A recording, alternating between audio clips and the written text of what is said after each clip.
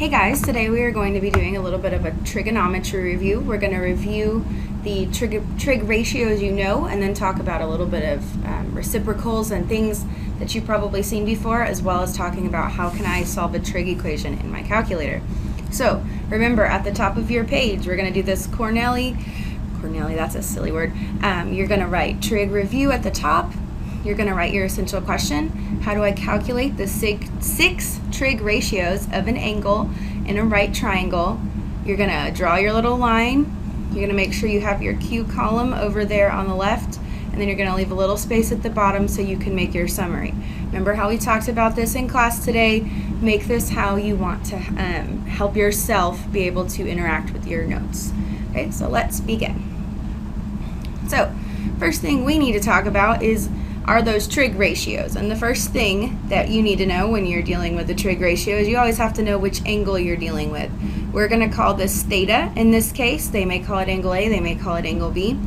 And when you look up here, you're going to have in a right triangle, the side that's opposite your right angle is called your hypotenuse. Okay? The side that is opposite, that's on the other side of the angle you're dealing with, is called the opposite, shock. And the side that shares a side with that angle is called the adjacent side. And we're going to use those three pieces of your triangle in order to do these trig ratios. So if you remember back in the day, you had SOHCAHTOA, which told you stuff about which sides you cared about with which trig function. So this first one is sine, and we're going to abbreviate that as sine of theta. And that trig ratio is going to be the opposite side over your hypotenuse. So if this side was 2 and your hypotenuse was 4, it'd be 2 over 4. Okay, cosine is your next trig function, and we abbreviate that cos. It's cosine. And that's going to be your adjacent side to your angle over your hypotenuse. Okay, that's what the A and the H mean. Finally, we have tangent, and that's going to deal with your opposite side and your adjacent side. So tangent of theta is opposite over adjacent. So those are the three trig ratios you already know. We are going to talk now about the reciprocal. And I spelled it right, yay! The reciprocal ratios. Okay, so these guys, when you say reciprocal, remember, that's just a flip. So all I'm going to do is take these original fractions and flip them over. And I have new names for these guys. The first one is going to be cosecant, which we abbreviate CSC, so that's cosecant.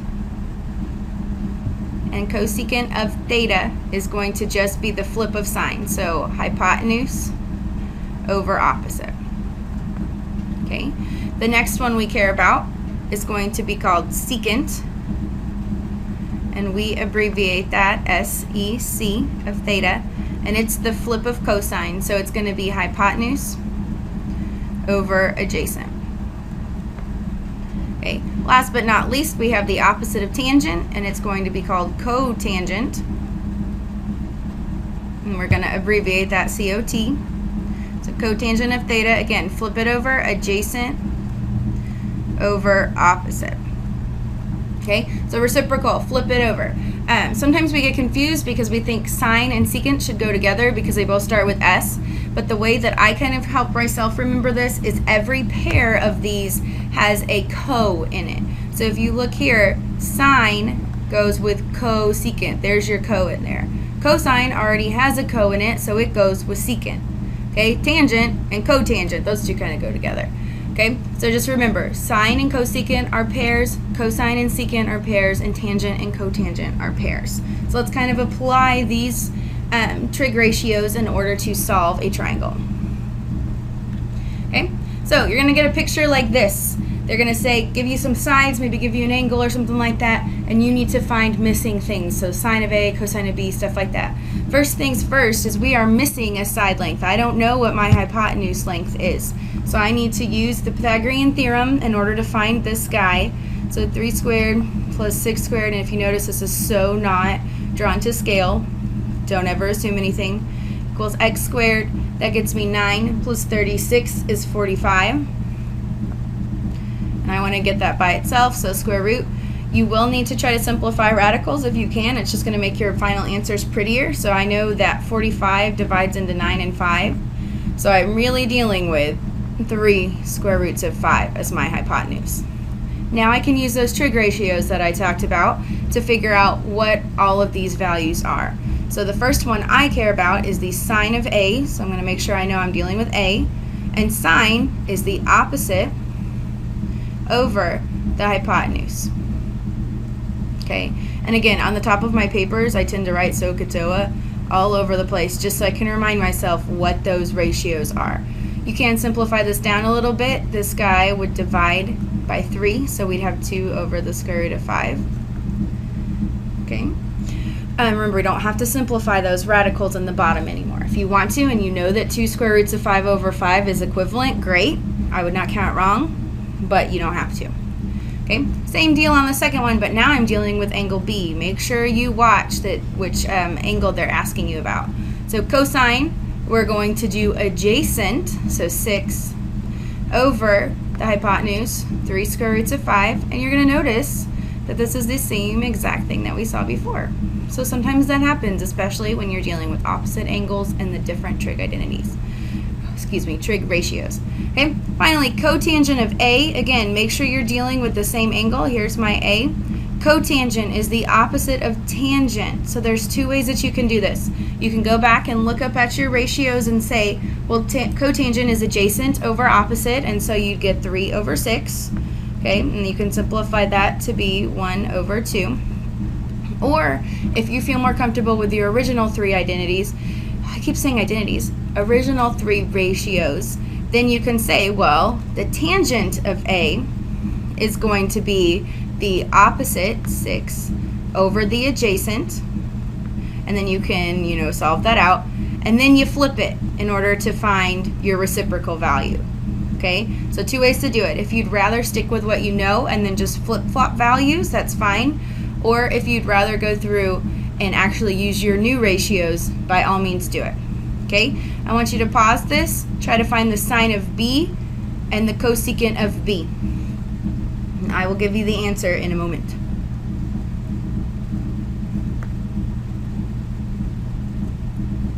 Alrighty, there you go. If you have a question, make sure you write it down or that you send it to me on Twitter or email or whatever. Okay, so now what if they don't give me a picture? What if they say, here's a secant, what's another trig value in here? So when I look in here, my biggest thing I'm going to tell you to do is to draw a picture. I love pictures, so we're going to draw a triangle here. Doesn't have to be beautiful. Make sure you mark your right angle, and make sure you mark what you're considering theta. If you want to make theta up here, cool, awesome, don't care, but make sure you know what you're talking about. So remember, secant is the opposite of cosine, so it's going to be the hypotenuse over the adjacent. So if I look at my picture, I'm going to label it with my 5 over 3. The hypotenuse is the longest side. The adjacent to this angle is 3. So now I can fill in my triangle to figure out what my missing sides are. So you can do this with the Pythagorean theorem, or perhaps you know the 36, what? You know some of your Pythagorean triples, and you know this is a 3, 4, 5 right triangle. And you can go ahead then and get your cotangent. So your cotangent is again the opposite of tangent. So you're going to have adjacent over opposite. The side adjacent to your angle is 3. And the side opposite your angle is 4. Oh, I tried to box it. Whatever, I'm done. Okay. Next thing we're going to talk about is calculators, because, calculators, I know you don't have a calculator with you. However, if you just follow along, maybe take a couple notes about which buttons I pushed, what things were important to know. So using your calculator, use a calculator in degree mode to find the indicated function value to 3 decimals. The reason we do to 3 decimals is that's the AP. You need to start getting used to rounding to 3 decimals. That's what's acceptable on your AP exam. Okay, now the biggest thing right here is we have to change your calculator into degree mode. Well, here's my calculator. So when you go to change your calculator to degree mode, you go to mode, you go down until you find the radian degree thing, and you make sure your calculator is in degree mode. Otherwise, you will miss all these questions. Okay, when you're looking at your calculator, the important parts here are going to be your sine, cosine, tangent buttons, which are right there above your parentheses. And so when I type this in, I just got to do sine of 48, and I get 0.7431 blah blah blah, so 0.743 is a great answer for that one. Now when you're dealing with your reciprocal values, remember this guy is actually going to be related with sine, so cosecant is actually just 1 over sine. We flip-flopped them. So if I put that in my calculator, 1 over sine of 7.5, I'll get the right answer. So since it's a reciprocal, it's a flip-flop, you can just do 1 over, or you could find the sine of 7.5 and then do 1 divided by that, and you're going to get 7.661. So again, when you type that in, you can do 1 divided by, or you could find the sine of 7.5 and then flip it over, 1 divided by the answer that you get. Now, be careful. That means is you have to know cosecant goes with sine. Okay, you have to know that secant goes with cosecant, cosine. Whoa, sorry. Okay, the last thing that we need to talk about is what if we were missing the angle? What if they only gave me the value, the trig ratio, and I need to know what the angle is? So if you remember back in the day, so far along, when you had something look like this, you did inverse operations in order to solve this. You said the inverse of a square is a square root, and so you did that. Well, the inverse of a sine, we're going to write it as either sine to the -1 of blah blah blah, or you also might see it written as arc sine of blah blah blah. Okay, so these two are interchangeable. So if I wanted to move sine over in this equation, I would have to take the arc sine, or the inverse sine of both sides, and there is a button in your calculator to do that. You're just going to hit second and then whatever trig value you want. So second sine will give you that -1. Where'd my calculator go? Here it is. So second sine, and then you type in whatever value you needed to put in there. Still make sure you're in degrees, and you're going to get the angle value. This one asked me to do to the 3rd decimal place, so I'm going to go ahead and do 60.809 degrees. Okay, so remember, inverse functions here. Now, it gets kind of tricky when you have one of the reciprocals. When you have a reciprocal here, you're flipping things over, but if you try to put this in your calculator and you did 1 over inverse cosine of 1.689, you're going to get an error because your calculator doesn't know how to do that. So the thing that you need to remember here is if you have one of the inverse or one of the reciprocal trig ratios and you want to find an inverse of it, you inverse in the inside. Okay, inverse inside, inverse inside. So when I look here, I want to find theta equals the arc secant, or the secant to the -1 of that ugly number. Okay, so when I plug this into the calculator, how I'm going to have to do this is I'm going to have to use the trig ratio that matches, so the cosine to the -1, and then since it's a secant, you're going to do 1 over 1.689. Okay, so you're going to do your inverse on the inside.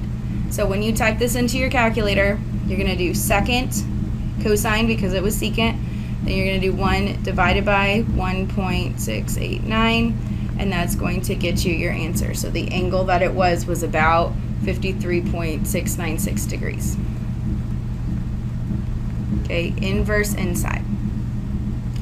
Okay, that's all I've got for you today. Remember, if you just take notes on this, you'll get a 7 out of 10 on your video grade notes. That's not a bad grade, it's passing. But if you want to get your full 10 out of 10, make sure you've written your summary. You've said, this is what I learned today. You've told yourself, dear future self, this is what you need to know. Okay, and then you've written me at least one level 2 or 3 question in your Q column. So you've said, analyze these 2 things. What would happen if I did this? with my values, okay, before class starts. If you have any questions, please come by, see me in C204 in the morning, and I hope you have a fabulous evening.